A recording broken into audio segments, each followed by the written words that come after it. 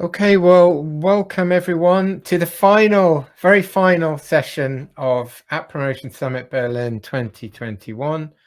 We are now 4 days in and many presentations, workshops, interactive sessions and discussions. And we saved the very best session until last.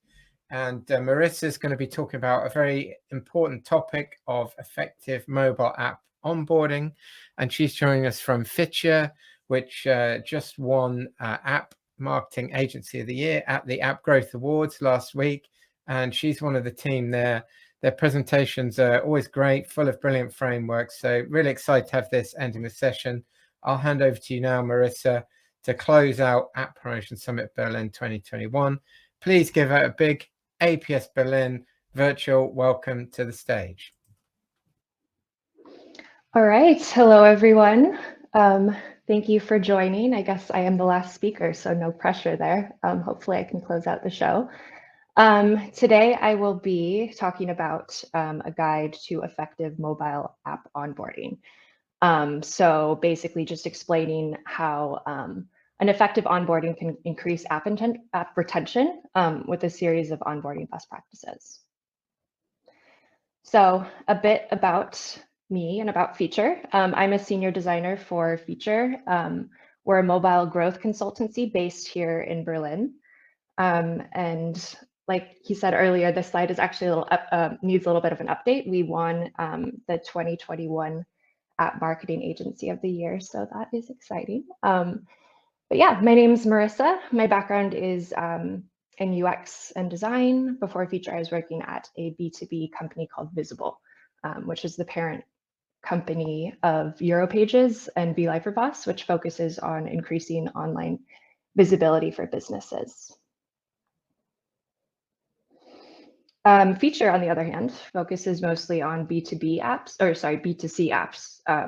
such as the ones on the right there. We offer services for every stage of the funnel, from ASO, performance marketing, retention, CRM, and at the moment we're actually building out the UX consulting service, which sits under retention, but we're hoping to expand it into its kind of standalone service in the near future, the future. Yeah, on that note, jumping into it. So onboarding, I know we're all familiar. It doesn't just make a good train analogy, but it also feels like a setup for a pretty terrible pun. So fair warning, that's kind of who I am as a person.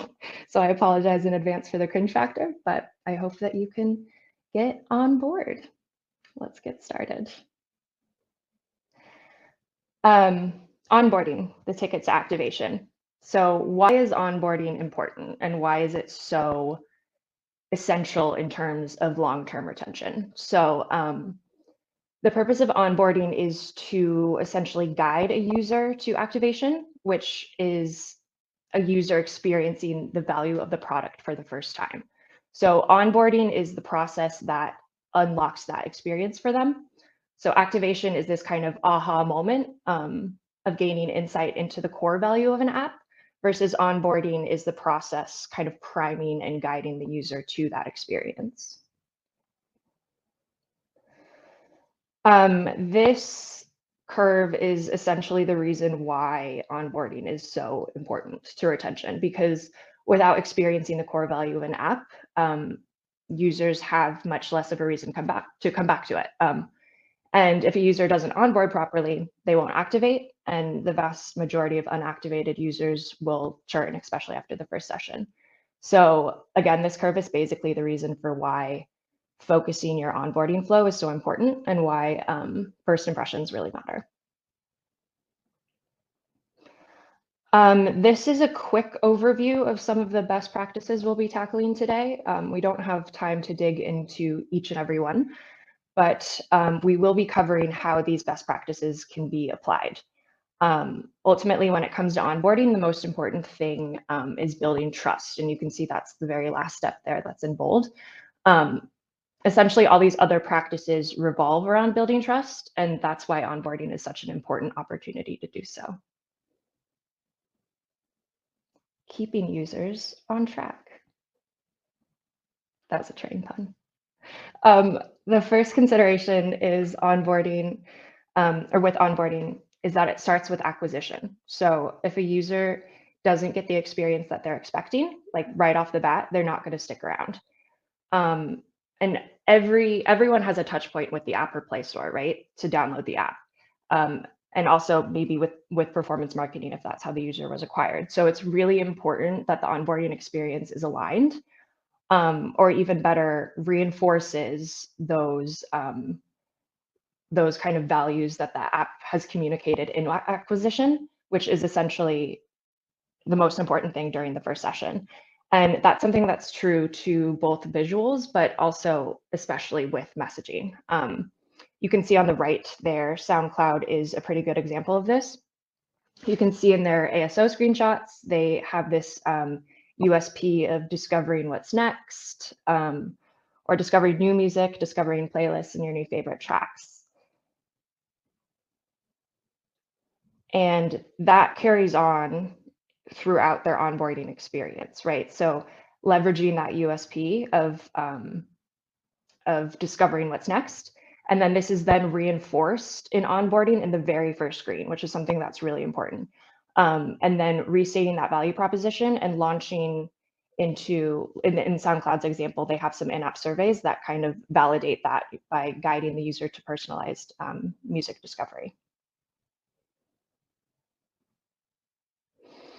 Again, the purpose of onboarding is to guide users to the core value of the app. And what better way of doing that than directly telling them? So with Headspace here, it's a good example. We have some screenshots from their onboarding process, and they do a nice job quantifying the value that the app brings, right? So just 10 days of Headspace can increase happiness by 16%. And then also hitting them with that social proof, 60 people or 60 million people are using the app and benefiting from it. If you look how the copy is phrased as well, it's a fairly common mistake to kind of list features directly as opposed to framing how those features can best benefit the user. So in Headspace's case, like increase happiness by 16% is so much more effective than like, look, we have tons of meditations, because it acknowledges, or instead of acknowledging the feature itself, it states how the user can benefit from it.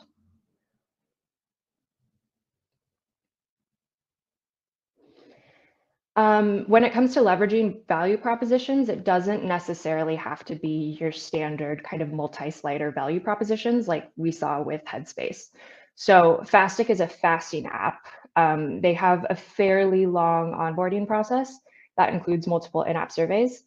And the way that they break this up is by adding value propositions throughout the experience. So in the first screen here, they have kind of a response to the in-app survey. It's actually a personalized thing. And then when it comes meeting the experts, again, throwing in some social proof. And then for their loading screen, instead of just having it being like analyzing your results, they also flex the value propositions there. So it's just taking advantage of every value or every opportunity you get to show the user the value of the app.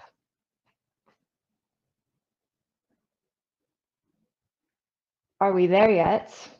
Progress indicators are very important for kind of two reasons. So one being an indication of where the user is at in the flow. And this is kind of the like, where are we, or are we there yet mentality. The second reason is actually a nod to behavioral psychology with the goal gradient effect. It's essentially adding a layer of gamification that motivates users to complete the process. So it's also important to reward them once that action has been completed. Like this is a continuation of Fastic. They have the progress indicators at the top of their onboarding, and then they have a congrats confetti animation that acknowledges the user's success once it's completed. It's kind of like this, nice work nod to the user.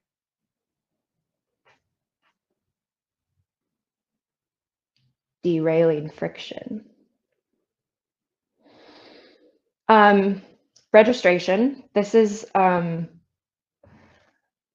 considered a pretty heavy friction point, and it's of course very dependent on your user account model, and it's something that is kind of up for discussion because it varies so much between app, and therefore obviously, like, in order to validate this, testing is definitely recommended. But as one of the more general best practices, we find that it's typically better to tackle registration right away, just get it out of the way. In our experience at Feature, users have a higher motivation on the first app open and are more tolerant to friction points like account creation. This also kind of ties into the previous point in the first screen of restating the value proposition or the app's proposition, because you can see with Evernote and Dropbox. So this is the first screen that you reach on app open, and it does two things. It prompts the user for registration, but it also states the value propositions, which encourages them to sign up. Also, bonus points, adding email during registration creates another channel for CRM to re-engage users. So it's an all-around, I think, benefit to get registration over and done with as soon as you can.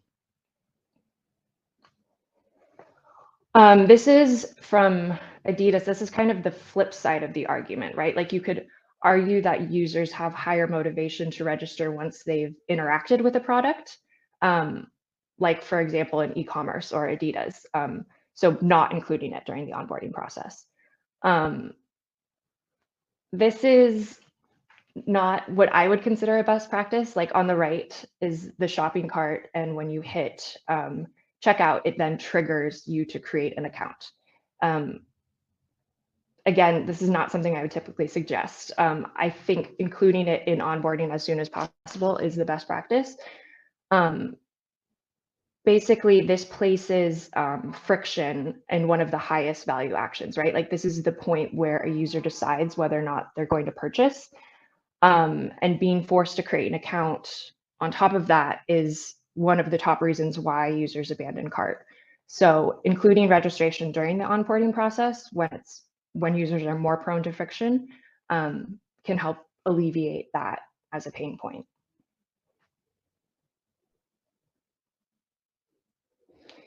Pre-permission prompts are something that's popping up, I think, in just a best practice all around. This is iOS specific because iOS is opt-in and Android, I believe, is opt-out when it comes to permissions. But granting permissions are important, but especially when it comes to notifications, right? Because that grants you access to an additional channel for CRM. And Duolingo does a really good job of not only providing these adorable little owl video or visuals, but also the context for how granting permissions will benefit the user. So first they have you pick a goal, you can see on the left, and then they leverage notifications as a way to meet that goal. So it's essentially the motivation, and then the solution is through the permission. So Duo is like, it's an easy way to build a habit when lifting or while lifting weights, and it's adorable. And who doesn't want to listen to a tiny green owl? Pre-permissions are also important because iOS only lets you show the system prompt once. For example, with Evernote here, when you hit turn on notifications, it will take you to the system prompt that you can see on the right. But if a user were to hit no thanks, that would mean that it wouldn't take you to the permission prompt, since you can only ask it once. And that creates an opportunity to try again in a later session to increase overall opt-in rates.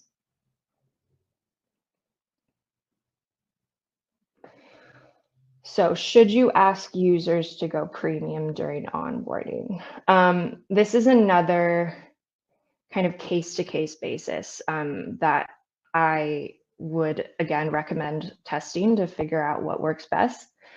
But there are good ways to optimize. So if you show a premium screen at the beginning of the flow with zero context before proving to a user how going premium would benefit them, it's going to be a straight up no. Duolingo does kind of an interesting approach to this.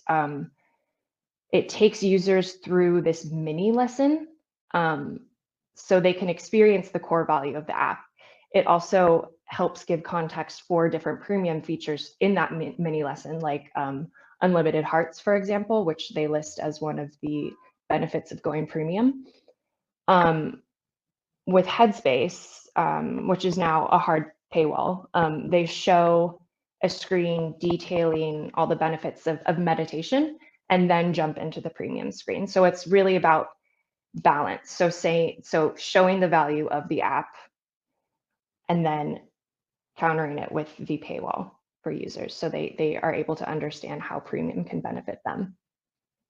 And again, I think the most important thing is with the copy that's framed to benefit the user. Like here, again, you have a quantifiable number with plus learners are 4.2 times more likely to finish a German course. And that really gives incentive for users to upsell.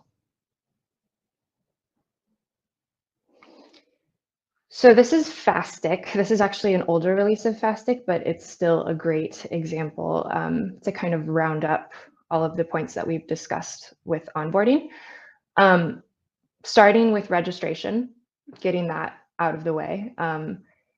And then continuing on to the third screen there, you can see that they have the value propositions, just leveraging those value propositions, and then gathering intent from the user with, it's actually pretty lengthy in-app survey, but it is applied to the app, so it works. Let's see. And then they ask for push permissions, which again, you can either opt in or opt out while creating the plan, and then they restate the objectives and set expectations. So this is basically restating the value propositions, and it's also catered to, with the in-app survey, it's also applied to this screen because some of that data is personalized, as well as with the premium screen. So when they hit you with that premium upsell screen, after restating the app value, they do this in a really smart way. So it's based off of the user intent, right? So they list the so they list reaching your goal weight, which is the specific number that the user input. So it feels like a personal experience. And again, adding quantifiable value propositions like reach your goal 4 times faster. It's a great messaging. It's great messaging to get users on board with premium. So yeah, that, I guess we're ending a little bit early, but that is the end of the line. Does anyone have any questions?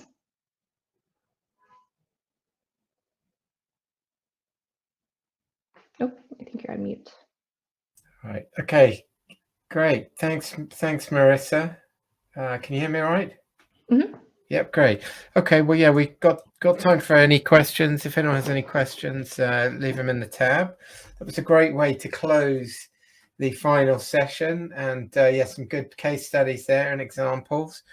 One question is how, when you talked about at the beginning having a common value proposition, which you run through from acquisition, onboarding, and then in the app.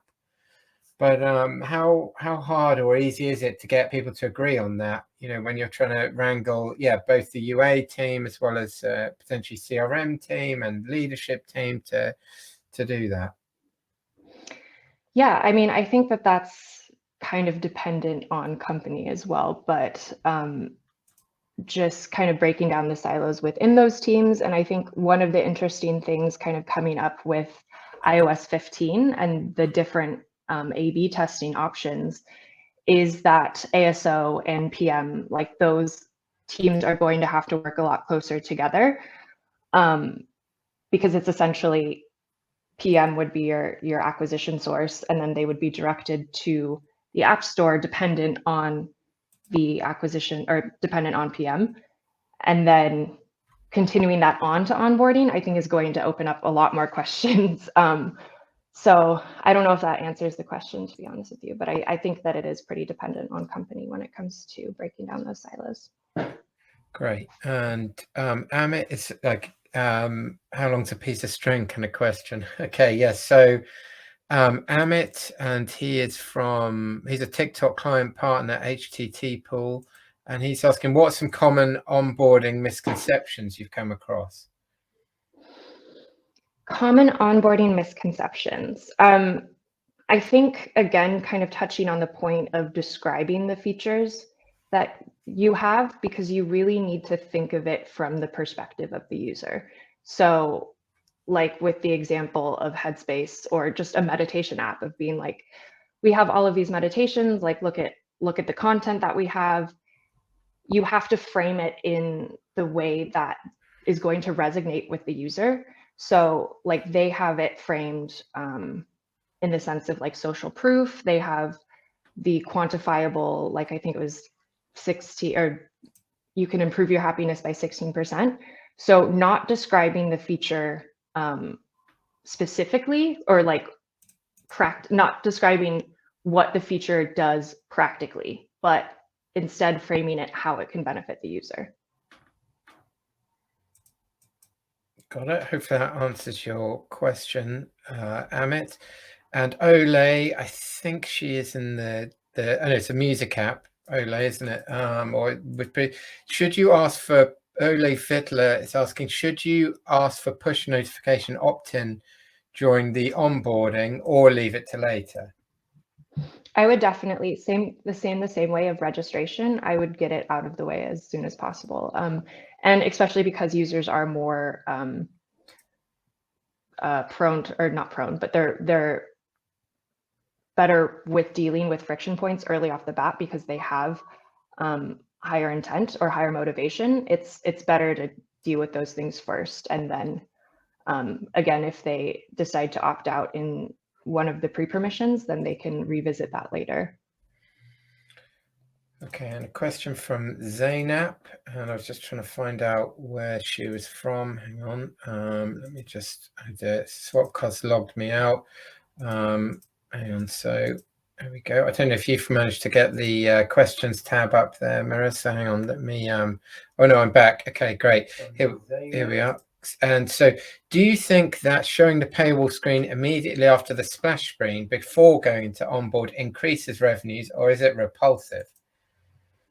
I don't think it would increase revenue, because why would no one would sign up for premium without knowing why it benefits them, or even like without any context. It's just another screen you're going to exit out of. If you have value propositions and things priming you for a subscription screen that gives you reason to upsell, then the context again is what makes it important. So I would say no. You can just, I mean, you can, but I think it would not increase revenue. So it's a nuanced argument here. You're saying, yes, take the registration data early, but you should maybe be pushing the subscription or revenue-based activity further down the path. Yeah.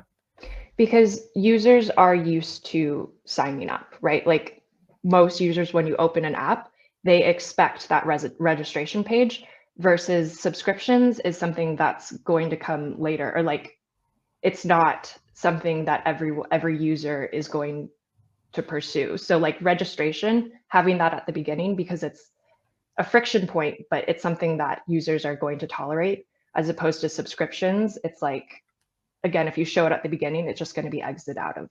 So I would put subscriptions at the end of the onboarding, once you've proved the value that the app can provide, and then registration at the beginning to kind of get it out of the way. Great. And Ole has a follow-up question. Could you share some examples of the changes you made to your clients' onboarding that were really successful? Some examples. To be honest with you, I'm not sure which ones we can share and which ones we can't, because I think we need client approval. So I don't know any off the top of my head. Just like case studies, but we do have actually quite a few case studies at feature.com, so you can go and visit those on the website.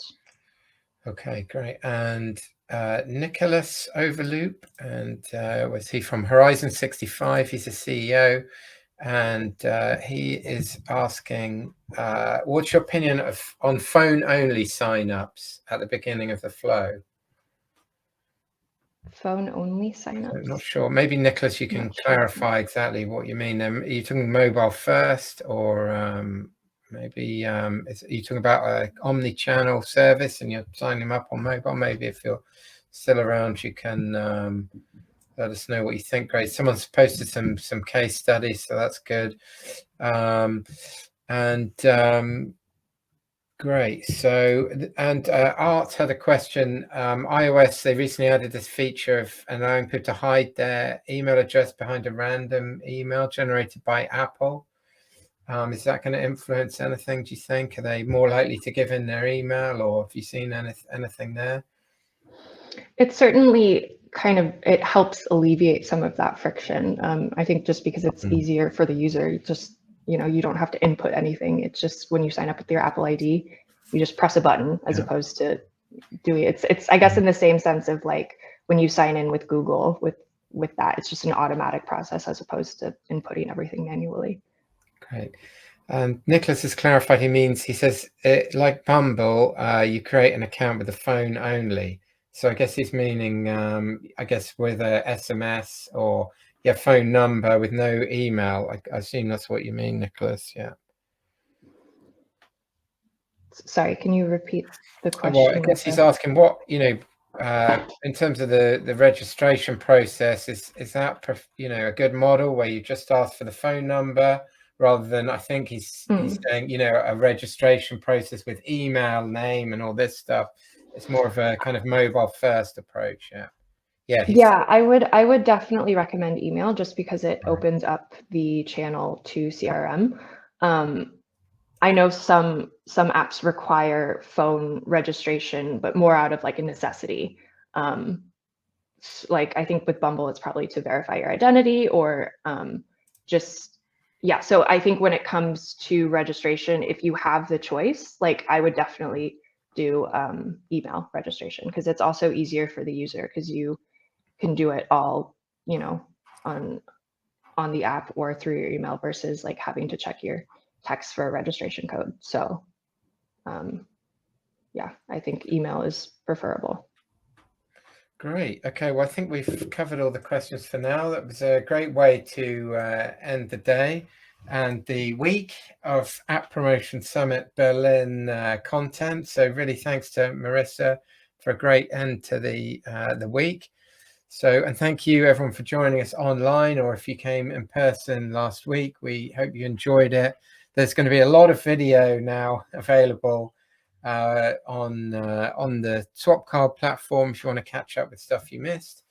So thanks so much everyone, and thanks to all our partners for supporting us in this event, and all the speakers and everyone else, and of course thanks to all the team putting it on.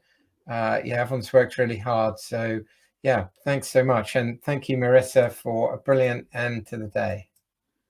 Thank you.